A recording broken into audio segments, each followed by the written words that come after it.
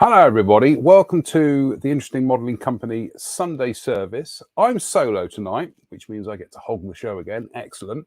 Well, what are we talking about tonight? Well, there is only one thing we are talking about tonight, and that is the arrival of the Airfix 1/35th scale Austin K2Y ambulance, which I think this is the first kit of this vehicle in this scale. Obviously, you've got another vehicle on its way from a Gecko at some stage, but no, this is the first one to hit the shelves at the moment. So we will crack on and let's see what's in the box.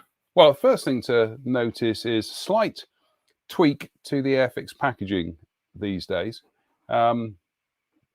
You've still got Adam Tooby's magnificent CGI box art, but the side profiles are now featured on the, oops, there we go. Side profiles are featured on the box sides rather than the front. So it's a little tweak to the packaging there, but then we get to the kit. Oh, there you go. Russell says the Gecko Katie has been out for a month. I haven't seen it in any of the shops I've been to, but there we go. So here we are. Literally an unboxing. And we'll take everything out of its plastic packaging in a second when I can find my scalpel. There it is. So what we've got is essentially 2 bags of the actual kit parts, and then another bag with the clear parts. Yeah.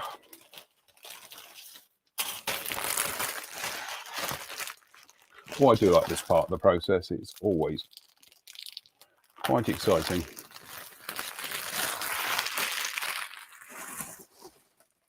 So here we go.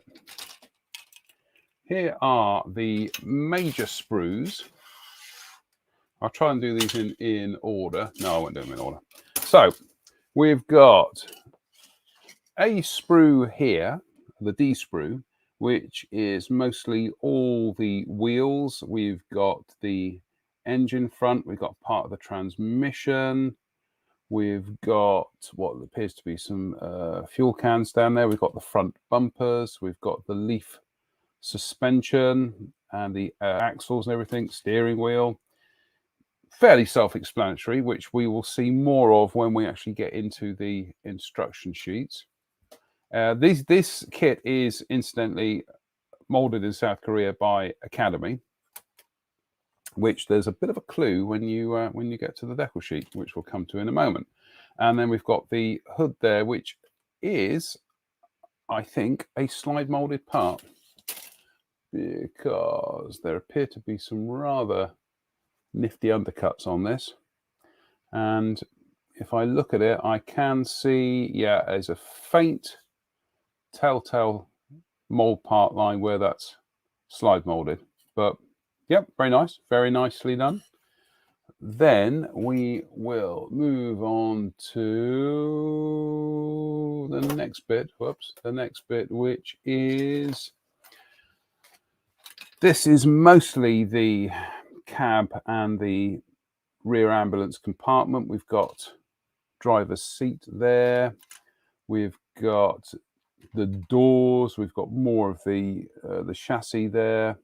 The canvas flaps for the driver and the driver's assistant. I'm also looking here to see that Academy have placed most of the ejection pin marks in places that you won't see. There's a couple that are visible, but for the most part, they've been put in areas of the kit that are not going to be visible. So there we've got the driver's cab roof there. Just trying to see what else we've got on this sprue here. Got the rear compartment there, the stretcher compartment there. Then we have, as you can see, this is not a massively complex kit. I think Airfix have gone for making it buildable without going down that route of breaking everything down into a million pieces, and it's suddenly becoming a bit of a kind of like a bit of a mini art, really. Much as I love mini art. So there we've got the driver's cab and the ambulance section there as well. We've got the sides there, that distinctive bulge from the spare wheel. We've got some stretchers. Just having a quick look round here. Not much else to report on this, really. I'm just looking to see where there should be on this sprue the instrument cluster. I'm just making sure that's not there. No, the instrument cluster is going to be on one of these sprues here. Let's just have a quick look for it. Bum, ba, ba, ba, ba, bum. Can't see it, but wait until we get to the instructions. Let's put it that way. So it's all there. Like I say, it doesn't look to be massively complex. This is almost going the same route as Tamiya do with their kits, which is making it buildable rather than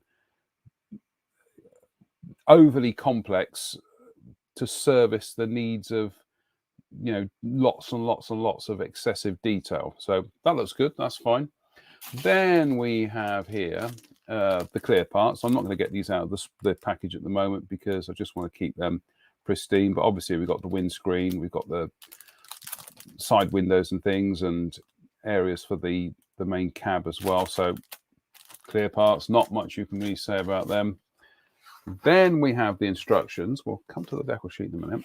Then we have the instructions, which gives you a potted history of the vehicle in English, French, German, Spanish, and Swedish. And again, look, here's the sprue map, and it is really not massively complex. Dave Fleming says, no 9 million track links for this one. Exactly, Dave. Yeah, it is straightforward. So here we go. We've got the construction of the chassis here, and they do break down what parts are needed and what colors are needed for the four schemes, which we'll come to in a moment. Then we've got the kind of the bottom of the engine transmission there. We've got the leaf springs.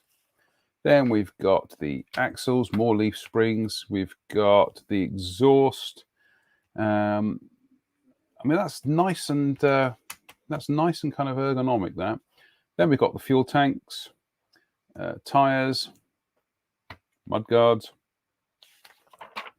Then we flip over here, and then we've got the stretcher compartment, which doesn't look to be massively complex. We've got the driver's section there, so I'm just trying to play catch up here. Then we've got the connecting door. Then we've got the stretchers, of which you're going to have a lot of fun painting and weathering them. Then we've got you're putting together the actual part of the cab for the stretcher compartment. There's the spare wheel.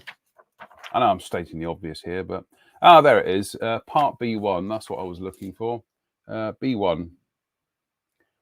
Dun, dun, dun, dun. I can't see it on the sprue here. That's weird.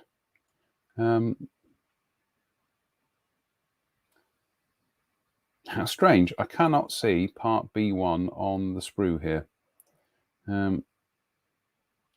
That's probably me being incredibly dense. Anybody can see part B1, do shout. Because part A1. No, let's go. Let's go through the sprue map and find that. Part B1. Okay. Part. I'm sure it's on there somewhere, but it's just one of those things where you're looking for it and you can't see it. We'll find it, don't worry. So there we've got the seat, we've got the battery, we've got the driver's instrument cluster, which we will find in a second, folks, genuinely. Cab roof, windscreen. Then we've got the stretcher cabin there. More paraphernalia to go in the back there. Then we have, that's just putting it all into place on the chassis. We've got the mud guards there. Then we've got the steps there for the rear of the vehicle. The engine cover there, of which I have noticed that this is curbside, so there really isn't any engine detail to go under that hood, which is no bad thing because you can't open it up anyway. So what's the point in providing detail that's not going to be seen? So I know some people won't like that, but there we go. And then we've got variations on headlights there. We've got the hooded ones and we've got the plain ones. We've got photo etch bits, which we'll come to in a second, for the bridge classification number. And then we've got the color schemes. Let's get on to the color schemes.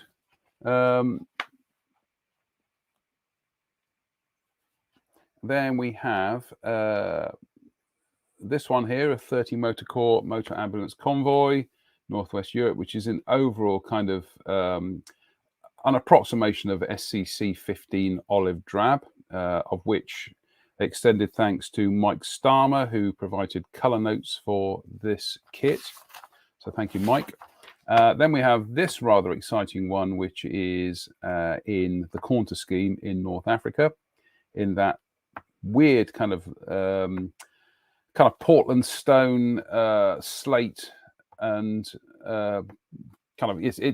this is the one where everybody used to do it in yellow, in blue, and it's not. It's actually kind of like a slate grey color. Obviously, these are approximations to silver grey and BSC number 34 slate, because they don't have those colors in the Humbrol range. So, like I say, they're approximations. So you've got the Cornter scheme there. Then we have this vehicle here, which is British Army, Alexandria, Egypt, 1942.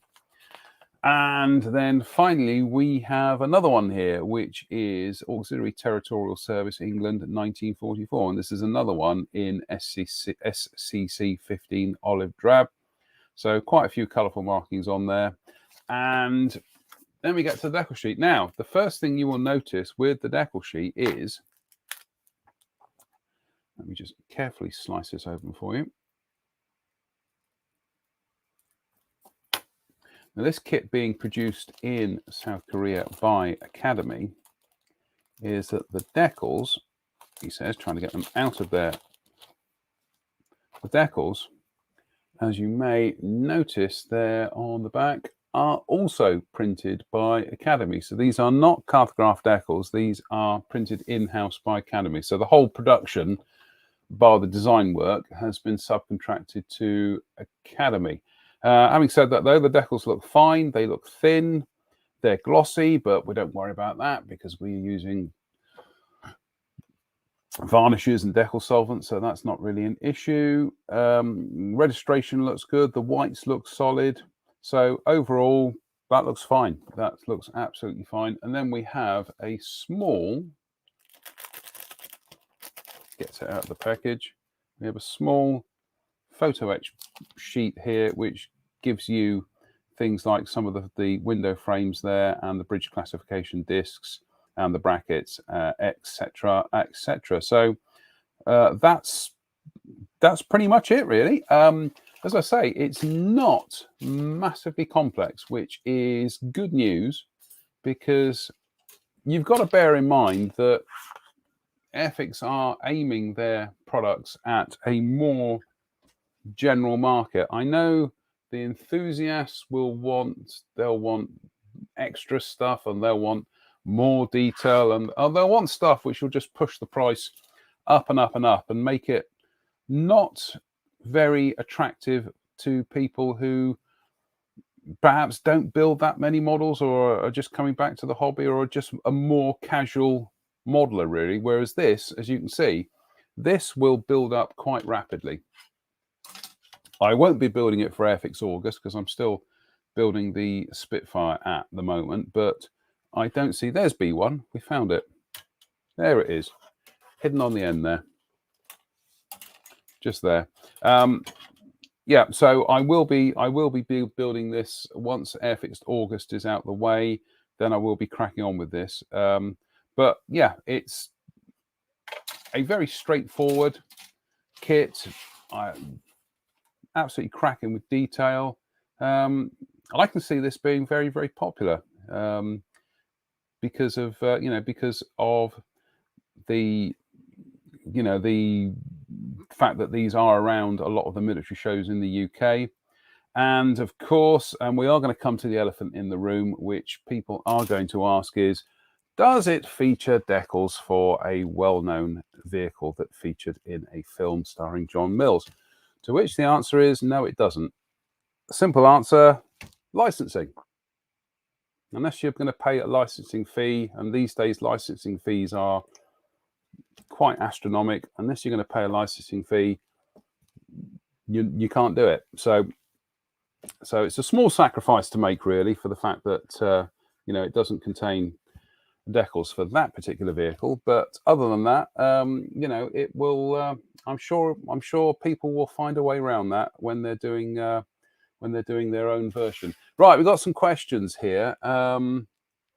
Good, exactly. Jim Altergott makes an excellent point here. He says the model resembles the simplicity of a Tamiya kit that can be built as is or added to with extra detail should a modeler choose to do so. Exactly, Jim. I mean, that's the thing. I noticed this from building the Tamiya Panzer IV, which I started this last year. I might get around to finishing it at some stage, but it's a straightforward build. I've seen one of the mini art ones, and they're brilliant. They're absolutely brilliant. But goodness me, they are really not over-engineered, but they are engineered in a way where there is no compromise for detail. But what that can do is it can suddenly make the building process more involved. And I'm looking at you, Mini Art Tempo E400 at the moment, because there are elements on that kit that I've just really crawled to a halt on that because of how they've broken things down to be done in photo etch and etc. So yeah, it's really it's really kind of like it's a compromise between detail and making the thing buildable, which pretty much all the really good kit companies managed to strike that compromise. Tamiya are the epitome of that. So Mike Williams asks, are there markings for HRH Princess Elizabeth specific vehicle, or would she driven any number of these? As far as I know, Mike, I think that's a very good point. I can't remember. And you'd think I'd know because I did the decals for this, but I think she may have driven something along these lines, but I can't actually tell you. Let me just look that up a second. That's really caught me on the hop. I was told don't mention the film. No, not mention the film, but I think Queen Elizabeth, HRH Queen ambulance. Let's have a look. No, I've got the pictures on here somewhere.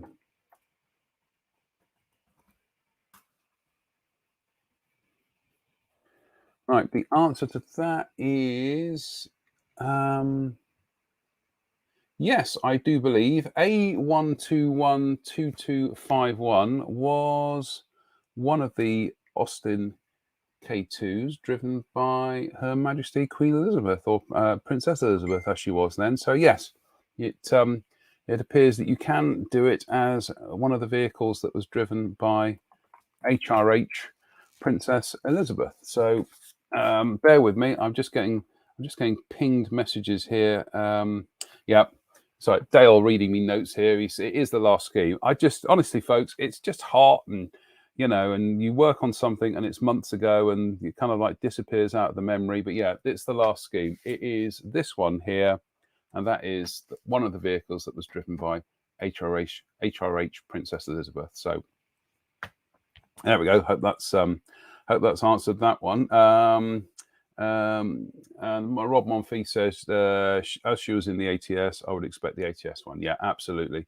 I'm just having a quick look around. So some of the other notes here. Crazy Locker says, time to scour for appropriate aftermarket decals. Indeed. Interesting thing about that particular film version is that I think they did actually have a couple of vehicles in that film, and they were all slightly different. So bear that in mind if you're watching the film and wondering which one it is. So David Mummery says, no engine suits me. Suits me as well, David. This is what I mean, is that whole thing of kind of like, you know, if it was, say, a mini art kit, you'd have an engine in there. Like I'm building this Tempo at the moment, which, yeah, boy, do I know there's an engine in that kit. Dave Coward says, where's the important part? The Airfix beer glass. This one, Dave, is sans beer glass.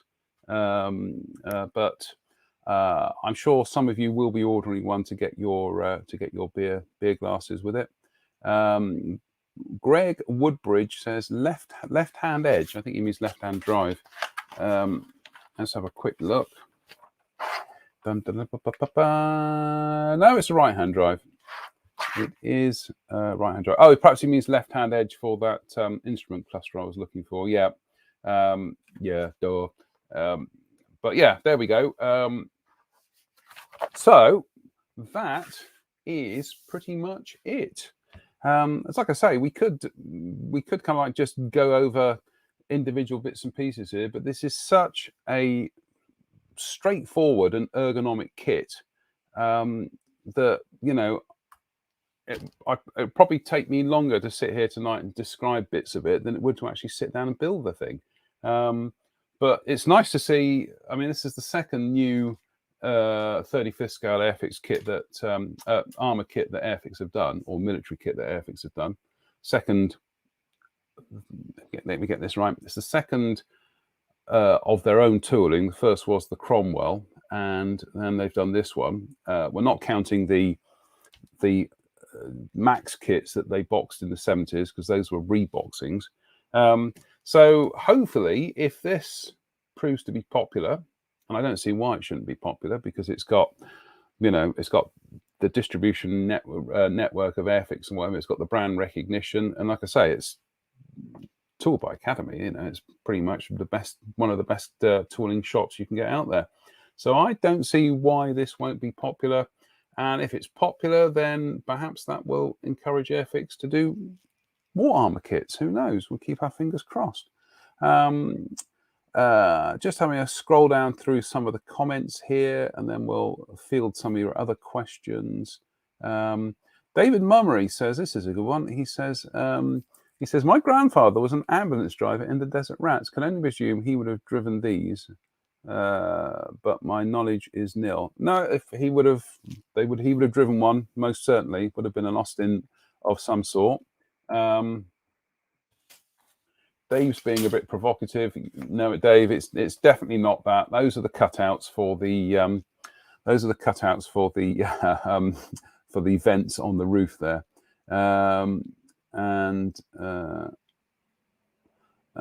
Andy says the kit could have done an etched grill, I reckon.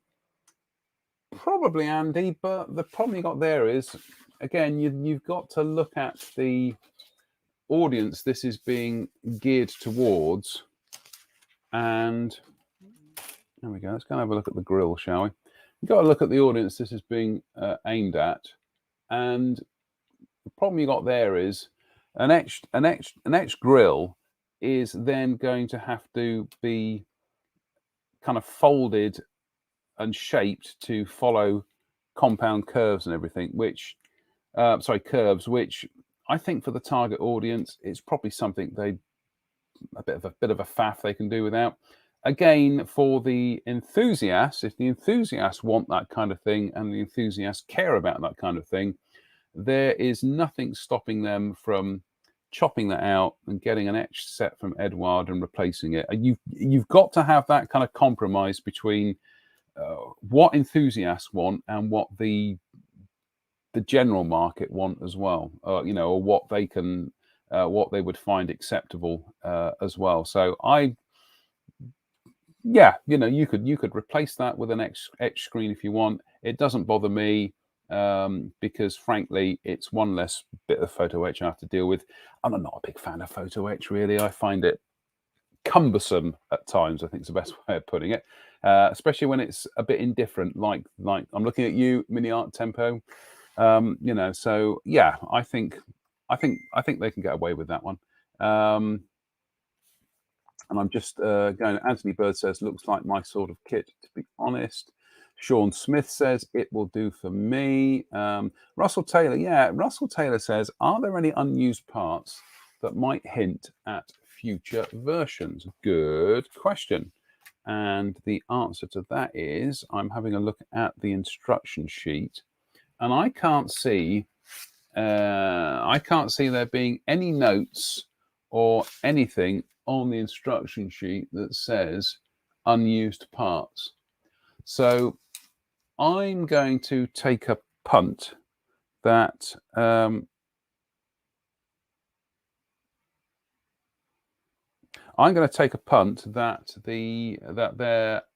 everything that's in this kit is going to be used in this kit. So I can't see that there are any bits and pieces here that are surplus. Certainly they aren't marked on the instruction sheet. So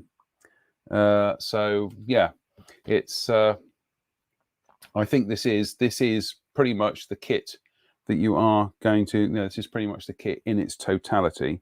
And I'm just we've got a note here to say, note that the radiator is a separate part behind the grill. It is. I think we were looking at the grill on the actual engine itself, which was the bit I zoomed in on. So yeah, if we look at where are we? Yeah, the radiator is a separate piece. We had it here just now, actually. Bear with. There we go. The radiator is a separate piece. But I think what people are saying is it's these grills here are these photo etched. No, they're not. But frankly, it doesn't bother me that they're not anyway. So, and like I say, if anybody wants to replace those with photo etch pieces, then cut them out and do it yourself. So, not a problem for me. Let's just have another quick look at some of the other comments here. The Downward says, mine's coming tomorrow. Looks like the perfect level detail for me as a non-armored vehicle modeler. Joe Pestaglici says, can we expect a live update from our favorite Bloodstock correspondent? Haven't heard from him, Joe. I haven't heard from him. I'm presuming he's still with us. But no, I haven't heard a sausage from him all weekend. So he's having a good time, obviously. Although I am meeting up with Spence tomorrow, so that would be good fun. He's in Bristol, so we might do a little bit of a live of some sort. And what are we looking at here? Paul Sykes says, I wonder how long before we see figures for yeah. I'm sure somebody will do them and will do them and not draw attention to them. For licensing reasons. And let's have a look down here. Yeah, Russell Taylor mentions that the Gecko kit has markings for, but well, good luck with that, Gecko. Seriously, good luck with that. And I'm just having a look. Jim Aldcott says, Academy decals have never given me any problems. Steve Moore says, obviously didn't pay the license fee. And Jeff Baker says tractor. Tractor. That's a good one. Tractor. Explain yourself, Jeff. Tractor. What are we thinking? Tractor there. Dave Fleming says, does it look like they have designed it to do different lorry bodies? Good question, Dave. Let's have a look at the parts again. This is why, you know, this is why it's good that you ask these questions, because do you know what? I don't think so. I don't think so, because I'm just looking here, Dave. That here's the ambulance compartment, but it does include that main, the main part of the look at the floor pan for the driver's compartment as well. So my guess would be, and I do stress it's my guess. I honestly don't know, because you've got bits of the chassis here as well. But then again, you've got this here deals with most of the cab, and this is separate. But then, you've got other bits of the cab are on the other sprues. So I would hazard a guess and say no.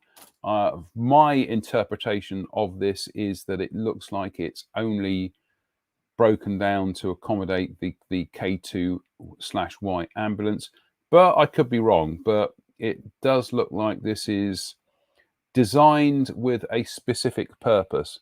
And we were talking to Mike Reeves on Wednesday. We were talking about kits where they break things down and they try and squeeze too many variants out of it, and it just becomes a real pain to build the kit, because you are constantly coming up against design decisions and compromises where things have just been designed in such an awkward way. But this would appear to be just a K2/Y. So that's my interpretation. Other people may disagree with that.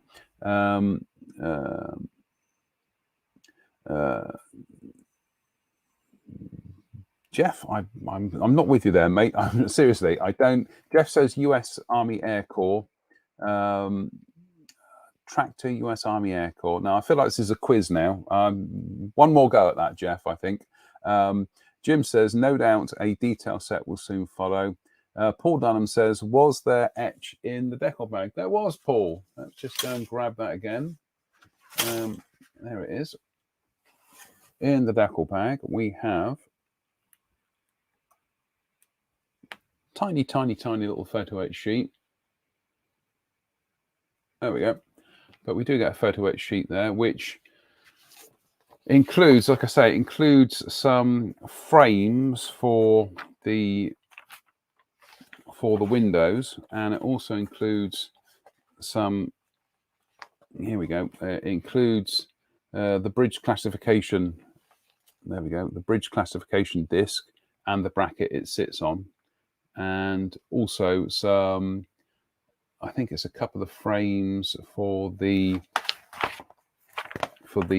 ambulance compartment as well. Just having a quick look. I'm sure I'll find them, but yeah, it's all there in the kit. So, like I say, not a massively extensive photo etch sheet, but I don't mind. That's about as much photo etch as I really want. So, bang on, excellent.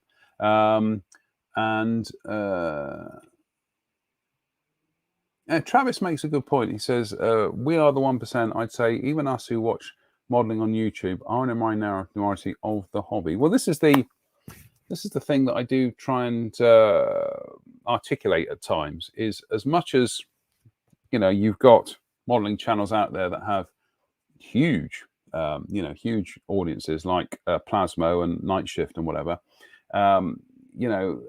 it's still a very thin sliver of the total kind of modeling market out there. And, as I say, you get people who will go out and buy kits. They'll go into their local hobby shop or a local place that sells models, and they'll build something. They'll buy something. They'll build it. They'll never have heard of the IPMS. They'll never have been to Scale Model World or the Nationals in America. They probably don't buy model magazines. It is such a huge. We always make this analogy about tides. They're literally a huge kind of like wave of modelers who wash in and buy models and build models, and sometimes they wash back out again and perhaps they don't return to the hobby. Sometimes they do. They stay behind as, you know, form little rock pools, really. It's getting all a bit rushed now.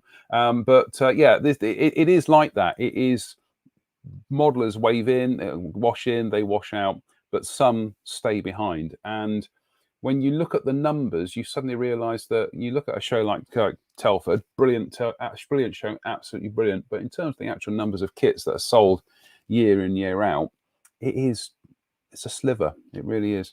Dave says no Spruce C. There is a Spruce C, Dave. Well,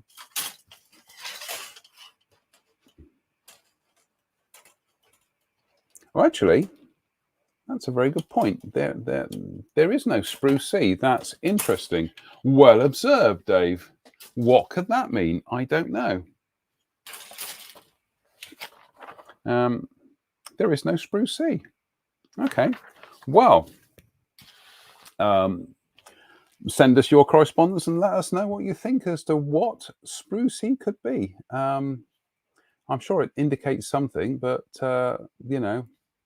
Russell Taylor says there's no sea sprue. There is no sea sprue. Yes. Andy King says, so there is a radiator accident. There is one, but it's hidden behind the grills. Right, Jeff. Jeff says Airfix also do a US military tractor. Right, I'm with you now, Jeff. Yes, I do believe that is the Tiger Hobby. Tiger models. Thunder Tiger. That's the Thunder models. That's polybagged in from another manufacturer. So that's not strictly Airfix tooling. In fact, a little bit of potted history here. Of the kits that they've done down the years, my glasses are wonky. Of the kits they've done down the years, or my ears are wonky, one or the other. They did, right, potted history of Airfix 35th scale kits.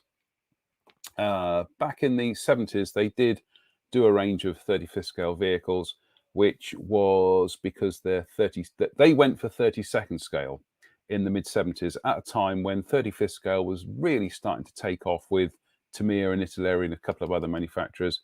And so by the latter part of the 1970s, Airfix found themselves kind of like literally flogging a range which everybody else has surpassed simply through sheer weight of numbers.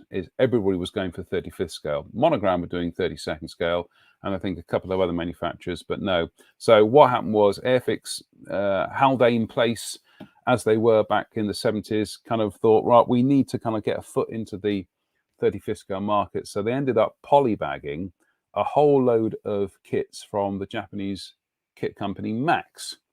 And that included things like the White Scout car, the Porty tractors, the Dodge, the Dodge tractors as well. Sorry, Dodge tractors, the Dodge kind of utility vehicles or whatever. Interestingly enough, the catalogue did show at one stage the Steyr RSO, but that was never actually released as an Airfix kit. Then nothing for a long time, because the 35th scale range of kits, then they lost the licensing, or the agreement with Max dried up, and those kits were actually then subsumed into the Italeri range, where they continued to be produced for a very, very long time. Then obviously those molds, the owners of the molds then polybagged them onto Revell, which is where I got my White Scout car from in the end, which I got 11 years ago. Great kit, by the way. And then also they've also been sold, those molds, moldings have been sold to Zvezda as well. And I think a couple of other companies have also polybagged these kits as well. So those kits that were done by Airfix have pretty much done the rounds with Italeri, Revell, Zvezda, a couple of other people. But Airfix didn't have any indigenous 35th scale armor kits. So we fast forward again to the last 10, 15 years, where they, 20 years ago, where they polybagged some trumpeter kits, polybagged some artillery kits, and then up until the Hornby era, they have been polybagging some Academy kits and some of the Thunder kits. But what they didn't have was their own actual projects they initiated from start to finish. And so the first two that were genuinely kind of Airfix initiated kits were the Cromwell and the Austin K2. So that's a rather tedious history of Airfix 48 scale kits, but there we go. Russell Taylor, referring to that film we can't refer to, says Sylvia Sims, aged 88, is the only member of the movie cast still alive. She is, yeah. What a great film. It really is. Must watch that again at some stage. And David Murray says, I'm delighted Airfix have done this. Looking forward to mine arriving soon. Mike Williams says, Mike's got me on the hop here. Mike Williams says, what is the recommended retail price of this? And I've just been having a quick look online, and to be honest with you, most retailers are its recommended retail price is around £33, but a lot of retailers are doing it for a couple of quid cheaper, so it's going to be around the 30 quid mark. Yeah, the recommended retail price is £33.99, but I'm just looking here. Fields of Glory are doing it for £29.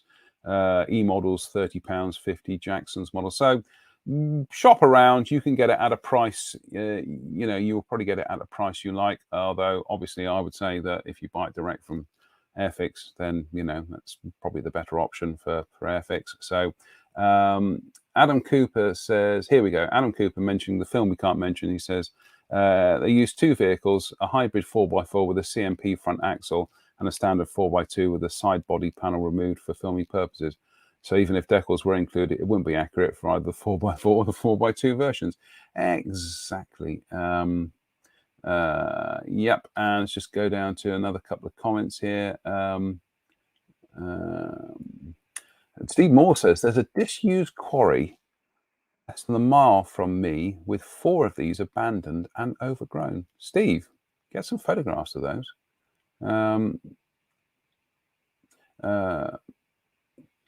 Yeah, get some photographs of those. Jeff says, you said the Cromwells were the only other new 35th scale kits for Academy, but Airfix also do the US tractor kit. Yeah, I think the US tractor kit, Jeff, is made by Thunder Models. Let me just just check that. I'm pretty sure that tractor wasn't an Airfix initiated and tooled project. So I'm just going here. Here we go. US military tractor. And I'm just going down. And here we go. Let me do a quick share screen here. Share screen, Chrome tab. There we go. Right, here we have the Airfix World War II US military tractor. There it is, rather nice P-47 in the background. But let's go back a bit. 2016, there we are. Thunder Models, US Army tractor, and then in 2019 they did it as a US Army loader.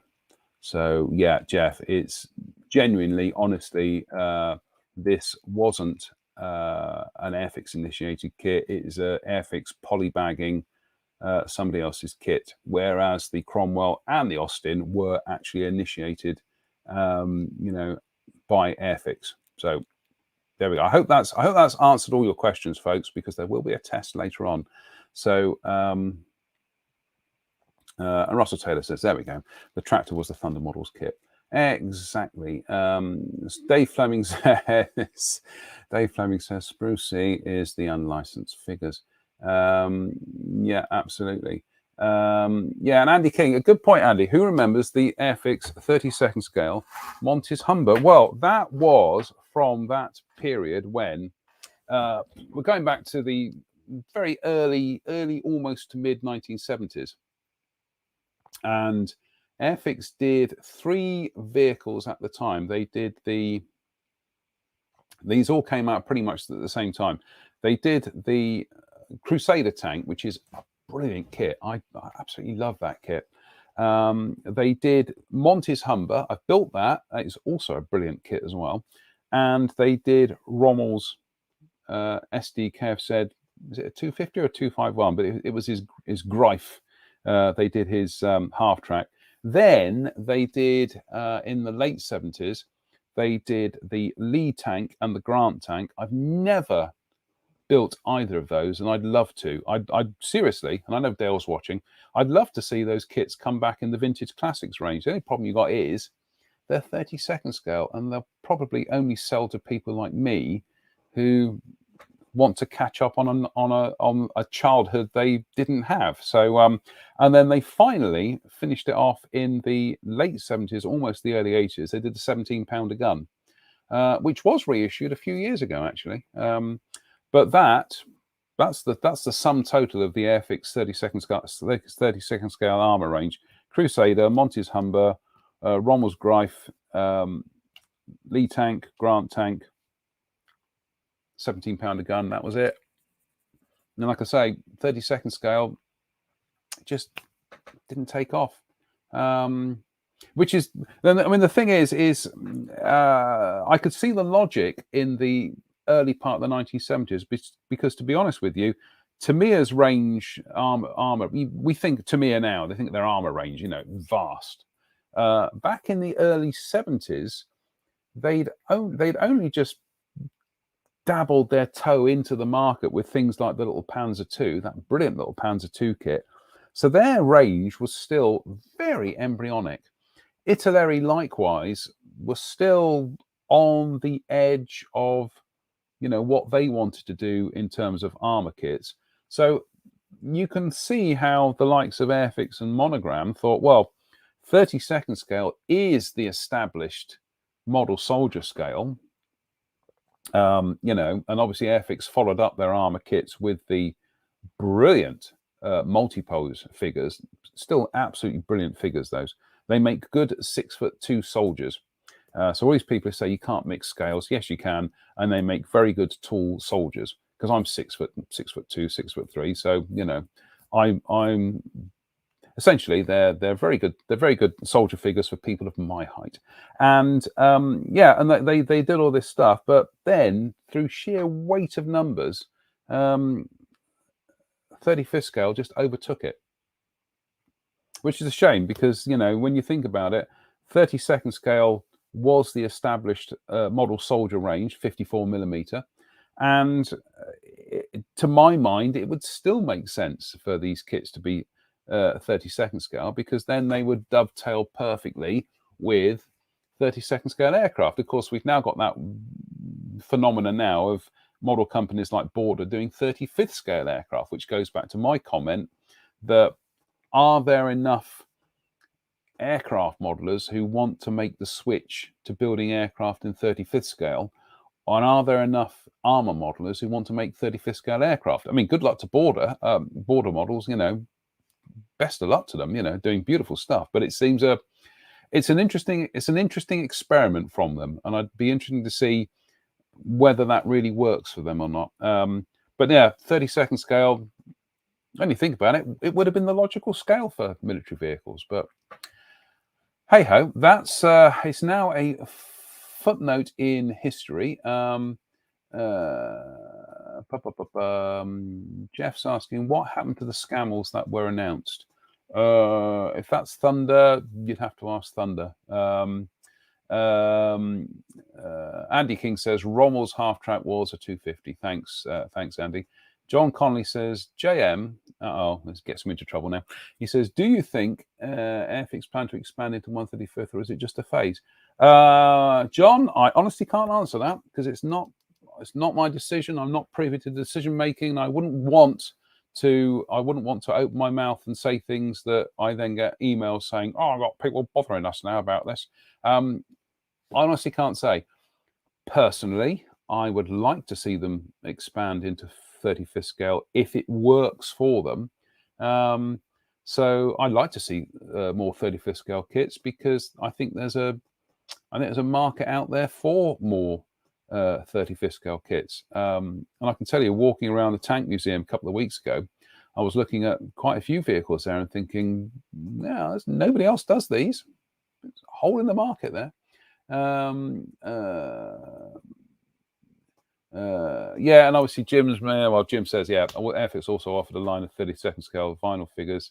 Yeah, who didn't grow up building those? I mean, they were sculpted by Ron Cameron, who did the multi-pose figures. They're still brilliant.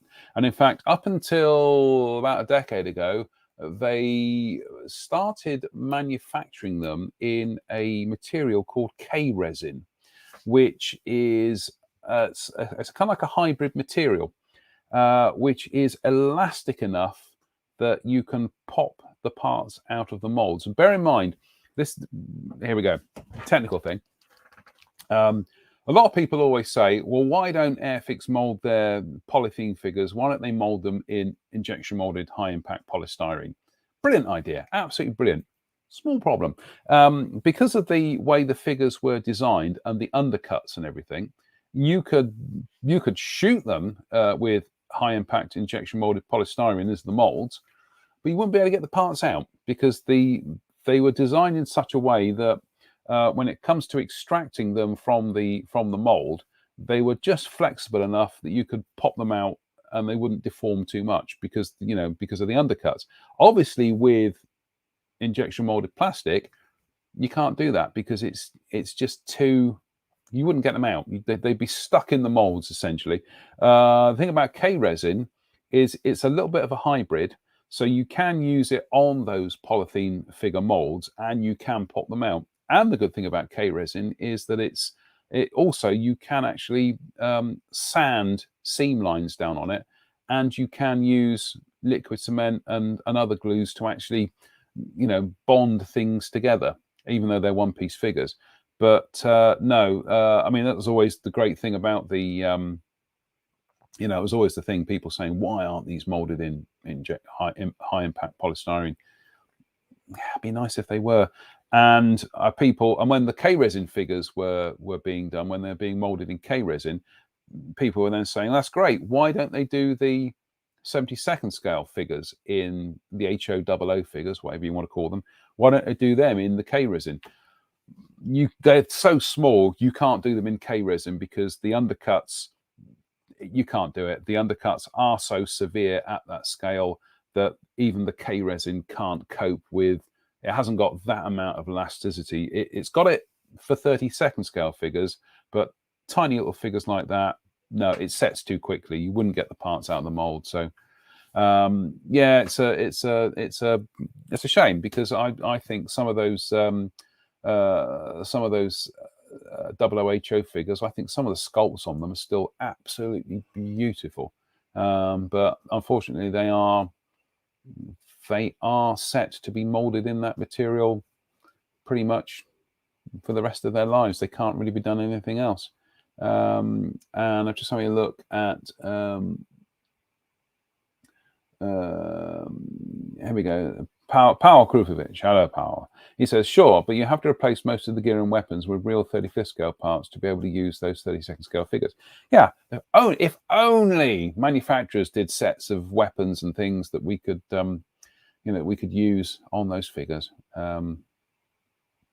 But yeah, it's yeah, fair enough. But to be honest with you, and I did this. I did this years ago. This is going back 20 years ago, when I was feeling a little bit mischievous, and there was somebody on one of the old forums, and he was saying about, yeah, you can't mix figures, you can't do it, you can't do this and the other. And I posted up 2 pictures, and I said to him, well, here is a picture where I've mixed 32nd scale and 35th scale figures. You tell me that you can tell the difference. Oh yeah, absolutely, yeah. You can see it a mile off. It's obvious. They're all 35th scale figures. In fact, they were all 35th scale figures from Tamiya or whatever. They were just all modified, but they were all 35th scale. And I also did, around the same time, I did a thing where I said, well, here is a some figures and dioramas and whatever, and it was all a mix of, some of the figures were Airfix multipose figures. Some of them were not Tamiya British infantrymen, because they are very, very small people. They're about 5'5", their figures. But I did a mix. I did a mix of 35th scale and 32nd scale figures, including actually some of the weapons and the packs and the stores and things. Didn't mention that any of them were mixed. Nobody said a thing. Nobody said, oh, it's obvious that they're different scales. So it's one of those weird things. It's kind of, I'm sure some people can spot the difference, but I think if you're careful and if you're canny and you are judicious in the way you do things, I think you can mix them, really. It doesn't bother me, really. Going to get into trouble for that. I'm going to get some angry modelers saying, well, you can't mix scales, but you can. Phil Linden did it, Shep Payne did it, Bob Letterman did it, Louis Prenou did it, Louis Prenou rather. So they're far better modelers than me. So I think we can get away with it. Just have a quick look through some of the other comments here. Dave Mummery says Spruce C sank in the quicksand. It's very good. You're all on form tonight, I must say. And I'll just have a quick look through some of the other comments here. Dan Wood says, is the photo etch mandatory, or are there plastic alternatives? No, Dan, there are no plastic alternatives to the photo etch parts. But to be honest with you, they are so... photo etch parts sticking to my arm there. If I'd lost them, they would be mandatory. The photo etch parts are so, there's no alternative parts for them. But to be honest with you, even if you are not a fan of using photo etch parts, I don't think you are going to struggle using those, because there's nothing there that requires I'm going to say bending. There's the bracket to the bridge classification badge, but there's nothing here that requires shaping or anything like that. So this is just a case of literally chopping bits out and gluing them in place. So I would say, even if you are like me, and bear in mind, I used to design photo etch bits. If you're like me, that you tend to be a little bit wary of them. When they work, they're brilliant. But if you're a little bit kind of nervous of photo etch bits, I would say you can use these with absolute confidence, because they're literally just kind of like chop and glue. And I would be tempted to on some of these bits not even use super glue. I would use something like the Gator glue, a very strong PVA, anything where you can position them. Give yourself a bit of time to position them, and as long as they're not load bearing, they'll stay on the model. No, there's no problem at all. In fact, I say that with photo etch bits for aircraft, for cockpits, is that if they're not load bearing, use white glue. They'll stay in there. They're not going anywhere, and you can position them and you can get them lined up. Then you can get rid of the excess, and that's it. Job done. I think a lot of the pain people experience with photo etch is down to using super glues, and it all going wrong very quickly. So I think even the most photo etch phobic will find that to be find those to be very easy to use. So folks, there we go. So that's pretty much it for tonight for our Ice Cold in Airfix. Copyright me. I think if I see that appearing in magazines, I'm going to be I did a Google search before when I did the graphic this morning. I thought, surely somebody's thought of that. Ice Cold in Airfix. No, nobody. He said smugly. So, Brian Wilton says, very good, very true. This, your bench, your model, your scale. Yeah, this is always you know, this is always my belief, our little motto here, which is your workbench or your rules. Don't let anybody ever tell you you can't do something, you can't mix things, you can't use these kits. I noticed today there were some comments about the old Tamiya Panzer II, which great kit. Honestly, it's not a great replica, but it's a great kit. And there was the usual thing of people raining on the parade and saying, "Oh, you should have gone out and bought this kit. You should have gone out and bought that kit." And the people are just like, "No, I built this one. I haven't built a kit in ages. It went together in a couple of hours. It was great. I enjoyed it. I'd happily build another one." And that's the whole point, is that I think sometimes enthusiasts, and I include myself in this, we can be a little bit in the rear view mirror. I think it's the I think we can tailgate people with thinking that our likes and wishes and wants are what everybody else wants. John Connolly says, he says, just thinking a new 35th scale Crusader tank, please. Thing about that, John, is Border Model have already done that, and they've done that very, very nicely. And you've had the cruiser tanks from IBG. So that whole family has actually, whole family has actually really been well catered for in the last few years or so. So, but have a think about what other vehicles haven't been done though. So, a lot of soft skin vehicles, I can tell you. Airfix August is always halfway over. Yeah, tell me about it, Wayne. I'm still looking at this half-built Spitfire here, half-built in every sense of the phrase.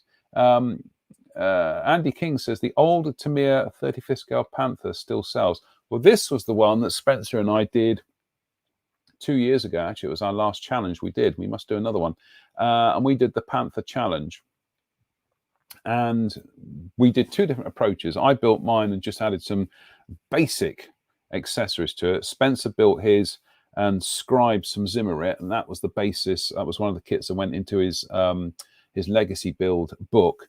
And again, people will tell you, well, there are better Panther kits out there. Of course there are, obvs, but there are very few Panther kits that sell in vast numbers as that Tamiya kit still does. Even with better kits available, that Tamiya Panther is still one of their, if not their, best-selling kits. So, Powell says, my problem is I'm the one who sets all these restrictions and rules and brutally enforces them. Yes, exactly.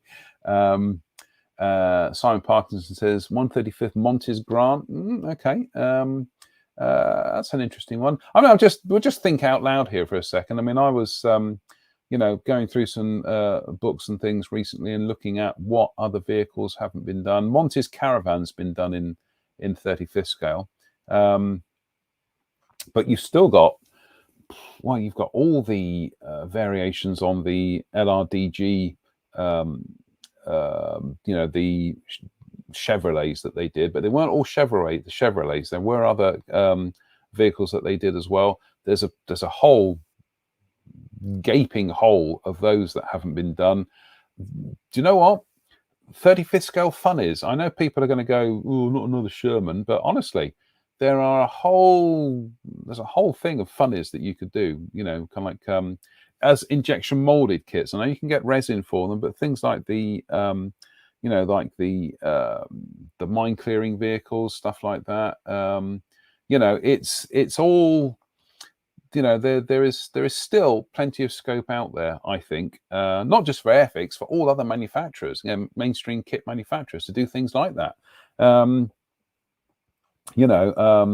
I know somebody who's very keen on doing the TOG 2 at the Tank Museum, which I'm just like, okay, if you think it would sell. Yeah, there's so much scope out there still. Like I say, you walk around somewhere like Bovington, and there's still gaps in the market. There's only one manufacturer that does a 35th scale duck. Would you believe?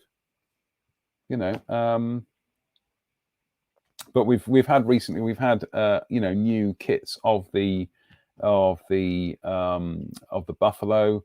We've had some of the M5 tractors, some of the Easy 8 tractors. There's still huge swathes of things that haven't been done. So here we go. Anthony Bird says, oops, only one DUKW. Yeah, Philip, would you believe Italeri, the only manufacturer to do a 35th scale DUKW, to do a duck. And in fact, I'll just come back to that. In fact, Airfix and Italeri are the only companies, I think, that have done the duck in smaller scales as well. As far as I'm aware, sticks neck out, I don't think anybody's done an injection molded one in 48 scale. Have a think about that. Anthony Bird says, Sherman Crab in injection would be good. It would. I absolutely agree. And, you know, some of the things like the duplex drive, kind of like, you know, the ones that were supposed to wade ashore, but the duplex drive ones. There's all kinds of kind of like funnies that could be done, and including obviously things like some of the Cromwell funnies. It goes on and on and on. Dave Fleming says lots of UK armored cars, plenty, absolutely plenty. Steve Moores, I see Steve saying 32nd scale Bedford Coil refueler, but there, Steve, you got the problem is diving back into 32nd scale when you're trying to establish the 35th scale range. And we're back to that disparity between the fact that aircraft models prefer 32nd scale, and you know, and armor modelers prefer 35th. So it's a tricky one. Anyway, look, that's pretty much it for tonight, folks. I have rattled on long enough. Jan Volek says, did I see the CSM SAR tank? I did. That's Copper State Models. I put the link up on the Facebook page, and yeah, that looks absolutely mad. I can't log into Facebook at the moment because I'm on a different Mac here. But yeah, if you go onto the timeline and have a look, that looks absolutely bonkers, but brilliant, absolutely brilliant. Yeah, and you know, there are still gaps in the market being plugged at the moment. So yeah, Copper State Models. If you've never seen any of their stuff, it's absolutely beautiful. You know, high end, but absolutely beautiful. So, as I say, folks, that is it for tonight. I literally am going to now pour myself an ice cold something. But like I say, around the 30 quid mark, that's hitting the shops now. Too late for Airfix August, technically speaking, because we're already committed to other projects. But this will be winging its way across my workbench straight afterwards, because we, you know, because we definitely need to be building this. Oh, Gasoline apparently do a 48 scale DUKW. There you go. I'm completely out of the loop there. But yeah, and John Conley, well, exactly. John says, we are blessed today compared to the 70s. Indeed, John. I mean, I said it, I say it ad nauseum, I'll say it again. We are living in a golden period for this hobby. We might not have the volume of sales that we had in the 70s. We had fewer kit manufacturers, but we had, you know, but they sold more models. Now we've got more kit manufacturers than you can shake your stick at, and probably by the time I finish this broadcast tonight, you know, you'll probably find there's another two new injection molded companies have popped up. We're talking about mainstream, not limited run, actual mainstream. So yeah, we are living in, you know, we are living in an absolute golden era for kits, and long may it continue in these interesting times. And yeah, see Basil Bean. How about the Morris CS8 light truck in 135th? Would not disagree with you, Basil. Really wouldn't. And Rob Monfils says Airfix Autumn. We'll try and do another themed thing for the autumn. Probably might not be September, but who knows? And Adam Cooper says more companies chasing an ever shrinking customer base. Is it shrinking? I don't know. Something is sustaining this number of kit manufacturers at the moment. So we've been told since the 1980s that this hobby is dying out, and make the most of it while you can. And yet here we are, with so many kit companies out there. It boggles the brain. It really does.